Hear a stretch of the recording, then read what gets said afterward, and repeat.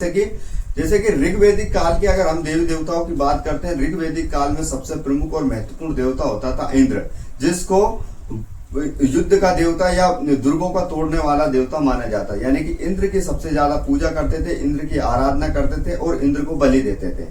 बलि के रूप में वो अनाज दान करते थे, जो उनके खाने पीने की वस्तु होती जो इंद्र को समर्पित करते थे। इंद्र के लिए वो अन्य अनेक प्रकार के यज्ञ भी करते थे। लेकिन धीरे धीरे यहाँ पर परिवर्तन होता है और परिवर्तन होने के कारण आता है उत्तर वैदिक काल। उत्तर वैदिक काल में धर्म व्यवस्था थोड़ी परिवर्तित होती है और परिवर्तित होने के कारण यहाँ पर 3 देवताओं का रोल महत्वपूर्ण हो जाता है, जिसमें सबसे पहले देवता का वर्णन मिलता है किसका? शिव का। और फिर मिलते प्रजापति यानी ब्रह्मा और पालन करता यानी कि विष्णु का।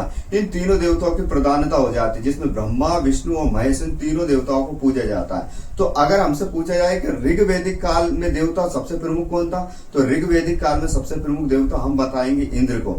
लेकिन अगर बात करें वहीं उत्तर वैदिक काल के प्रमुख देवताओं की, तो उत्तर वैदिक काल के प्रमुख 3 प्रधान देवता हो जाते हैं, ब्रह्मा, विष्णु, महेश।